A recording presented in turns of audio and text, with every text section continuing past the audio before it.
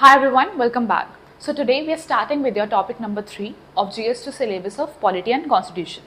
We have already covered two topics which are historical underpinnings and comparison of constitution. So the topic number 3 that we are taking up is appointments to various constitutional posts, powers, functions and responsibilities of various constitutional bodies. First of all, let us quickly understand what are constitutional bodies. So these are the bodies which are established by the Constitution itself, not by any law but by the Constitution. So you have around 12 major constitutional bodies, which are Election Commission of India, UPSC and SPSC, Finance Commission, GST Council, National Commission of Scheduled Caste, National Commission of Backward Classes, National Commission of Scheduled Tribes, Special Officer for Linguistic Minorities, CAG, Comptroller and Auditor General of India, Attorney General of India and Advocate General of State. These are mentioned in your Lakshmikant book as well. Now, following a standard operating procedure, let us quickly see the PYQs with respect to this topic. So, analyzing the PYQs for mains has two important benefits. Number one, we find the relevance of a particular topic, that at what frequency the question is asked from it. Is it asked every year? Is it asked every 2 years? Or there is some pattern, or there is no pattern. The second benefit after analyzing the PYQs is that we find a particular area. Is there any particular area the question is being asked from? So, we will first analyze the PYQs with respect to this. In 2013, a question was asked on Finance Commission. After that, in 2016, a question was asked on CAG. Then, after 2016, in 2018, 3 questions were asked from this particular topic. One on Finance Commission, one on National Commission of Scheduled Caste, and the other one on CAG. Now, after 2018, in 2020, a question was asked on constitutionalization of commission, which was with respect to National Commission for Women. So, this is a mix of constitutional bodies and statutory bodies, which is a separate part of your syllabus. Alright, then after 2020, in 2021, again the question was asked on Finance Commission. In 2022, question was asked on National Commission of Backward Classes. And in 2024, a question was asked on CAG. Now you will observe two things. First, that there is no pattern of frequency. ऐसा नहीं है कि हर साल question आ रहा है या हर 2 साल question आ रहा है. There is no pattern. हर साल एक क्वेश्चन आ रहा है ये भी नहीं दिख रहा है. 2018 में you have seen 3 questions from this topic. The other thing you will observe is that questions are asked from specific constitutional bodies only. You have 12 constitutional bodies. I am counting these as 2. So these are 12 constitutional bodies. But the question is asked from few specific bodies only, which are Finance Commission, Finance Commission, CAG. See, you can see the repetition. Finance Commission is asked every few years here also. Then CAG से भी हर कुछ साल में repetition है. Here you can find here in 2018, then again in 2024. Then National Commission of Scheduled Caste से पूछ लिया, National Commission of Backward Classes से पूछ लिया. Same pattern है, right? Then, so that means we have narrowed our specific focus area, which are only few constitutional bodies. Finance Commission, National Commission of Scheduled Caste, Backward Class, Scheduled Tribes, ये सब एक type की bodies ही हैं. CAG. अब इसका मतलब ये नहीं है हम बाकी बॉडीज पढ़कर नहीं जाएंगे, बट हमें कहीं ना कहीं एक पैटर्न दिख रहा है तो हम उसको ध्यान में रखते हुए पढ़ेंगे. Now let us see for this year specifically 2025 किस कॉन्स्टिट्यूशनल बॉडी को सबसे कम प्रायोरिटी देनी है. मतलब वो कॉन्स्टिट्यूशनल बॉडी हमारे लिए इस साल इतनी इंपॉर्टेंट नहीं है, वो कैसे पता लगेगा. सो अब आप एक चीज़ ऑब्जर्व करेंगे कि हर साल लगातार एक ही कॉन्स्टिट्यूशनल बॉडी रिपीट नहीं हो रही है. फॉर एग्जाम्पल, अगर 2021 में फाइनेंस कमीशन पे क्वेश्चन आया है तो 2022 में कभी फाइनेंस कमीशन पे क्वेश्चन नहीं आएगा. You can observe this from PYQs. सो अगर 24 में कैग पे क्वेश्चन आ गया है, 2025 में कैग पे क्वेश्चन रिपीट नहीं होगा, मतलब मोस्ट प्रोबेबली नहीं होगा. इसके चांसेस बहुत कम है और ये एक PYQ एनालिसिस से पता लग रहा है. कैग 2016 में आया था, उसके बाद सीधा 2018 में आया, 2017 में नहीं आया. सिमिलरली फिर उसके बाद फाइनेंस कमीशन 2013 में आया, 2018 में आया, 21 में आया. ऐसे लगातार नहीं आ रहा है कि 2014 में भी आ गया, 2015 में भी आ गया. सो कैग अगर 24 में आया है, 25 में it is the least priority area for us. So हमारा कैग तो यहाँ से, मतलब हमें कैग इतना ध्यान से नहीं पढ़ना है, ठीक है. सो अब क्या ध्यान से पढ़ना है? All right, finance commission as you have seen that हर कुछ साल में क्वेश्चन रिपीट हो रहा है. लास्ट 2021 में आया था. So this year finance commission becomes important for us, very important for us, because 16th finance commission 2026 में उसकी रिकमेंडेशंस इंप्लीमेंट होनी स्टार्ट हो जाएगी. सो एक क्वेश्चन ऐसा आ सकता है कि 15th फाइनेंस कमीशन से हमें क्या, स्टेट्स को क्या फ़ायदा हुआ है. Because if you will see in 2021 the question was कि 14th फाइनेंस कमीशन से स्टेट्स को क्या फ़ायदा हुआ है, और 2021 में 15th फाइनेंस कमीशन की इम्प्लीमेंटेशंस इम्प्लीमेंट होने वाली थी, तो उन्होंने 14th से पूछा, तो अब 16th की इम्प्लीमेंट होने वाली है. So there are chances that they ask from 15th finance commission. All right, so for 2025 finance commission becomes very important for us. All right, this becomes a priority area for us. Then अगर आप national commission of schedule caste और backward classes का देखेंगे, एक ही question यहाँ आया दोनों से, and these were broad questions, not very specific. यहाँ national commission of schedule cast का रोल पूछा था, यहाँ ये पूछा था कि उसको कॉन्स्टिट्यूशनलाइज करने से, national commission of backward class को कॉन्स्टिट्यूशनलाइज करने से क्या फ़ायदा हुआ है, ठीक है. So in 2025 these are not very much in news. Caste census news में है. सो कास्ट सेंसस पे अगर क्वेश्चन आना होगा तो आपका सोशल जस्टिस या सोसाइटी में पूछ सकते हैं. So national commission of schedule cast से आ गया, बैकवर्ड क्लास से आ गया, तो हम एक काम करते हैं, हम national commission of scheduled tribes को प्रिपेयर करके जाएंगे अच्छे से. प्रिपेयर ये दोनों भी आप एक बार रीड कर लीजिए, बट जो क्वेश्चन हम अभी लेंगे वीडियो में वो national commission of scheduled tribes से लेंगे, ठीक है. नाउ ये हमारा पीवाईक्यू एनालिसिस करके हमारे पास दो कॉन्स्टिट्यूशनल बॉडीज आ गई जो हमें पढ़नी है, which are finance commission and national commission of scheduled tribes. But does that mean that we ignore other constitutional bodies? No, we are going to see current affairs now. कौन सी constitutional body current affairs में बहुत ज़्यादा रही है. All right, so if we see, Election Commission of India was very much in news in past 2 years. So this also becomes a priority area for us. सिर्फ पीवा Q analysis करके नहीं छोड़ देंगे, एक स्टेप आगे जाएंगे, करंट अफेयर्स भी इंक्लूड करेंगे. So election commission of India is also very important for us. Now GST council पे एक बार ध्यान देंगे. कब एस्टैब्लिश हुआ था? 2016 में. सो 10 ईयर्स कब कंप्लीट हो रहे हैं? 26 पे. सो it becomes important for 2026 exam, and since these videos are relevant for both the years 25 and 26, we will take this topic as well, GST Council. Why? Because it is completing 10 years in 2026. So this is not much relevant for 25, but very much relevant for 2026 exam. So we are going to take up this as well. So in this particular video, we are going to cover 4 questions. Not in this video, but in the videos for this particular topic, we are going to take up 4 questions.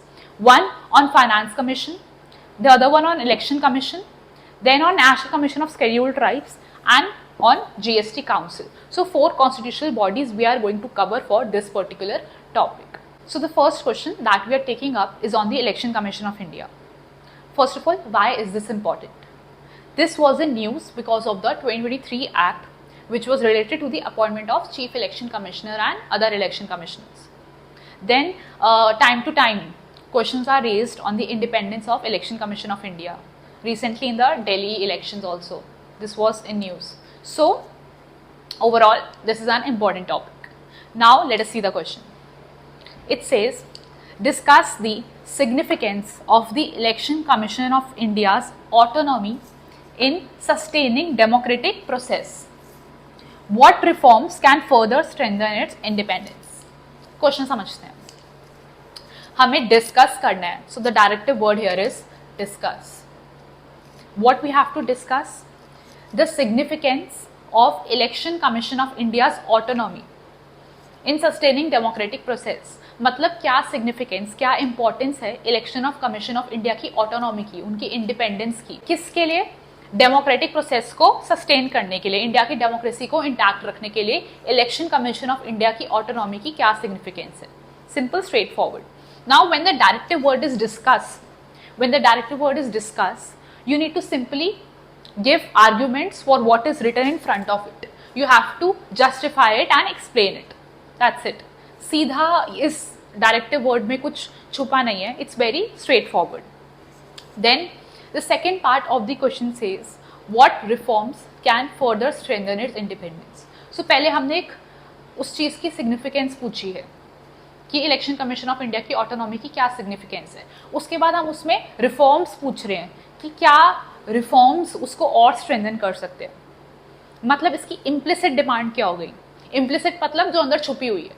तो implicit demand क्या है कि हमें election commission of India की autonomy कैसे harm हो रही है, हमें उसके चैलेंजेस भी लिखने हैं कि हाँ इलेक्शन कमीशन ऑफ इंडिया की ऑटोनॉमी की बहुत इंपॉर्टेंस है, बट कुछ रीजंस की वजह से वो ऑटोनॉमी उसको नहीं पूरी तरीके से जस्टिफाई नहीं पूरी तरीके से मिल पा रही, इसलिए उसमें रिफॉर्म्स की नीड है. तो चैलेंजेस लिखना यहाँ पे इम्प्लिसिट डिमांड है.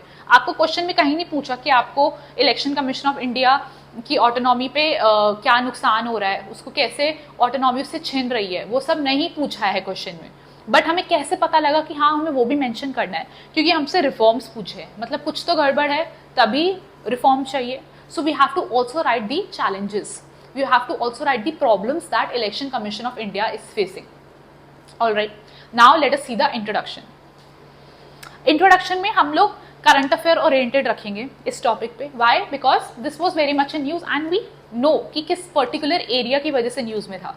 सो we are going to write the 2023 Election Commissioner and Other Election Commissioners Act has sparked concerns over increased executive influence and potential weakening of Election Commissions of India's autonomy. मतलब इस act ने किसके ऊपर concern raise किया है कि increased executive influence. मैं बताऊंगी क्यों executive influence raise. And potential weakening. किसकी weakening? Election commission of India की ऑटोनॉमी वीकनिंग की. और ब्रैकेट में we will mention the article also that election commission of India was established under article 324. आप दिखाइए, आपको जितनी भी नॉलेज है, मेंस इज द एरिया जहां आप एग्जामिनर को दिखा सकते हैं कि मुझे ये भी पता है, मुझे ये भी पता है, देख लो. सो आपको अगर आर्टिकल पता है, election commission of India article किसके अंदर एस्टैब्लिश हुआ था, so you will write that article. Alright, bracket में बस मेंशन कर देंगे कि हाँ it was established under article 324. Now why concerns over increased executive influence. So in 2023 supreme court ने अनूप बरनवाल केस में रिकमेंड किया था पार्लियामेंट को कि जो चीफ इलेक्शन कमिश्नर्स को अपॉइंट करने के लिए एक सिलेक्शन कमेटी होती है, चीफ इलेक्शन कमिश्नर्स को अपॉइंट करने के लिए एक सिलेक्शन कमेटी बनती है, उसके मेंबर्स कौन होंगे. तो सुप्रीम कोर्ट ने अनूप बरनवाल केस में रिकमेंड किया था कि सिलेक्शन कमेटी के मेंबर्स होंगे prime minister, leader of opposition of parliament and chief justice of India. है ना, मतलब कितनी न्यूट्रल बॉडी है कि एक रूलिंग पार्टी, एक ऑपोजिशन पार्टी और एक neutral party, that is chief justice of India. पर पार्लियामेंट ने इस एक्ट में, इस पर्टिकुलर एक्ट में सुप्रीम कोर्ट की रिकमेंडेशन नहीं मानी और उस सिलेक्शन कमेटी में किस किस को अपॉइंट किया? प्राइम मिनिस्टर को, लीडर ऑफ अपोजिशन को और एक यूनियन कैबिनेट मिनिस्टर जो कि प्राइम मिनिस्टर ही अपॉइंट करेगा, प्राइम मिनिस्टर ही सेलेक्ट करेगा. सो अब ये 2:1 की रेशियो हो गई ना, 2 मेंबर्स रूलिंग पार्टी के हो गए, 1 मेंबर आपका ऑपोजिशन का हो गया. So this is an increased executive influence. So किससे इसकी ऑटोनॉमी पे हार्म हो रहा है, किससे इसकी ऑटोनॉमी छिन रही है? इलेक्शन कमीशन ऑफ इंडिया जो कि free and fair elections conduct कराता है इंडिया में, उस पर बात आ रही है. सो इंट्रोडक्शन में हम वही मैटर को रेस करेंगे. Alright, so now for the body of the answer, first heading will be significance of ECI's autonomy in sustaining democratic process. पहली हेडिंग होगी जो कि पहली डिमांड थी क्वेश्चन की. Now excuse me for this marker and अगर आपको समझ नहीं आ रहा है, I will upload the PDF of this answer on my Telegram channel. All right. So the first point that we can write is impartial conduct of elections. सबसे important चीज़ क्या है एक डेमोक्रेसी में? Impartiality, right? So ECI की autonomy क्या ensure करेगी? Impartial conduct of elections, जो कि हेल्प करेगा एक डेमोक्रेसी को सस्टेन करने के लिए. So autonomy allows ECI to enforce model code of conduct without political pressure. Now model code of conduct guidelines हैं ECI के द्वारा जो कि इन्फोर्स करता है इम्पार्शलिटी और एक smooth conduct of elections without any malafide practices. So अगर ECI के पास ऑटोनॉमी है तो ही मॉडल कोड ऑफ कंडक्ट को स्मूथली इंप्लीमेंट किया जा सकता है without any political pressure. The second point we can write is credibility of electoral process. अब इलेक्शंस एक कंट्री में कंडक्ट हो रहे हैं, अंडरस्टूड, बट क्या लोगों का ट्रस्ट है उस इलेक्शन प्रोसेस पे? क्या लोग उसे क्रेडिबल समझते हैं? So here comes the role of ECI. ECI's autonomy वो इंश्योर करता है कि लोगों का ट्रस्ट बिल्ड हो हमारे इलेक्शन प्रोसेस पे, जो कि कोर कंपोनेंट है हमारी डेमोक्रेसी का. So an independent ECI boost trust in EVMs, VVPATs. Then the third point is fair playing field for all political parties. एक और इम्पॉर्टेंट चीज क्या है एक डेमोक्रेसी में? Justice, equality. So what ECI ensures that it upholds article 14 of the constitution which is right to equality, कि सबको एक फेयर लेवल प्लेइंग फील्ड मिले. तो यहाँ हम एक आर्टिकल मेंशन कर रहे हैं, मतलब आपका पॉलिटी का आंसर लगना चाहिए. आर्टिकल्स, केस लॉज इंक्लूड होने चाहिए. यहाँ ऊपर भी कुछ एग्जाम्पल्स आ सकते हैं because of the space constraints I am not able to include it here, but in the PDF that I am going to upload on Telegram I try including examples with all the points, examples और case laws. ठीक है. Then fourth point is democratic stability during political crisis. अब एक democracy है, जरूरी नहीं है वहाँ सब स्मूथ चले, एक पॉलिटिकल क्राइसिस भी आ सकता है. वहाँ ECI का क्या रोल आ जाएगा?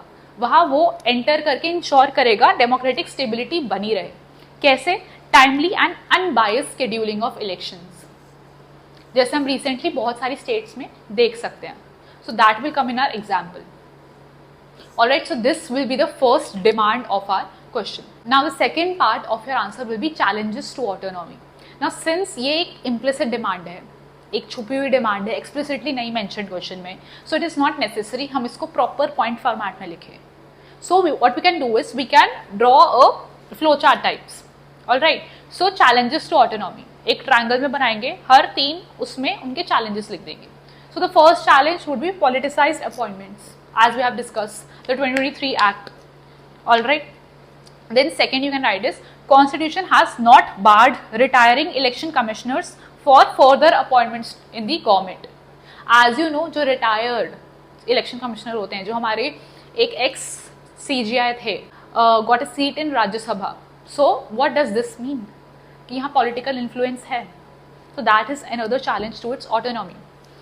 Then your third will be structural vulnerabilities. कुछ structural vulnerabilities हैं. For example, qualification mentioned नहीं है commissioners की to be appointment.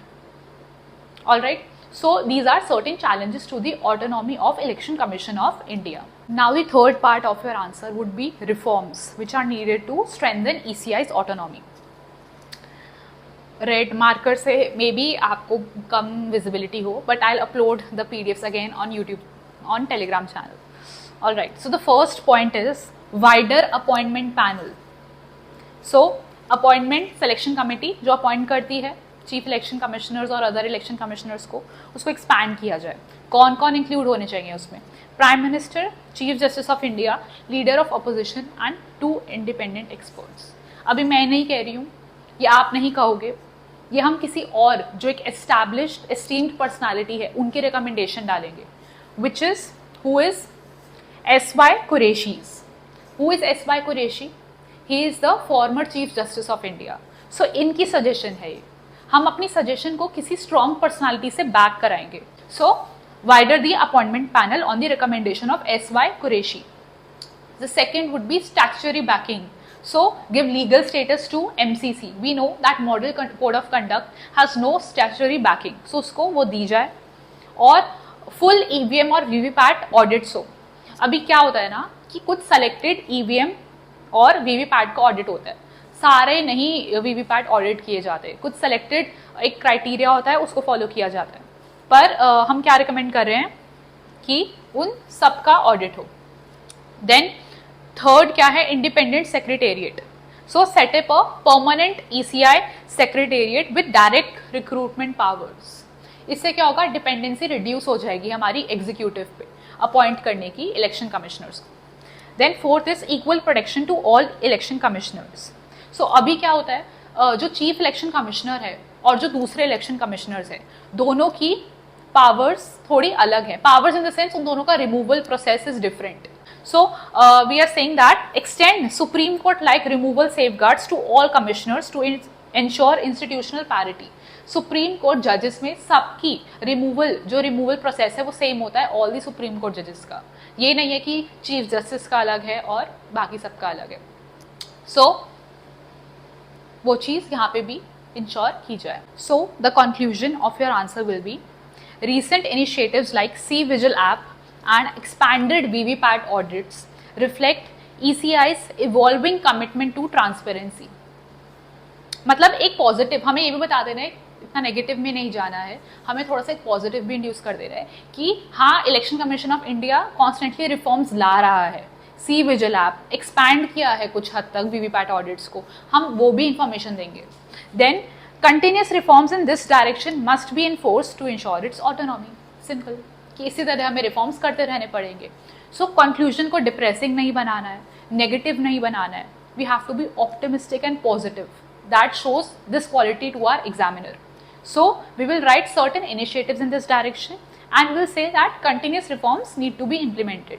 Suggest तो हमने ऊपर कर ही दिए हैं क्या रिफॉर्म्स चाहिए, तो यहाँ पे थोड़ा सा हम बता देते हैं कि ये रिफॉर्म्स हुए भी हैं. Alright, so this will be the conclusion of our answer. Now 3 questions are left from this topic. Finance Commission पे, National Commission of Scheduled Tribes पे and GST Council पे. These 3 questions we are going to take them in separate video after this. Thank you so much.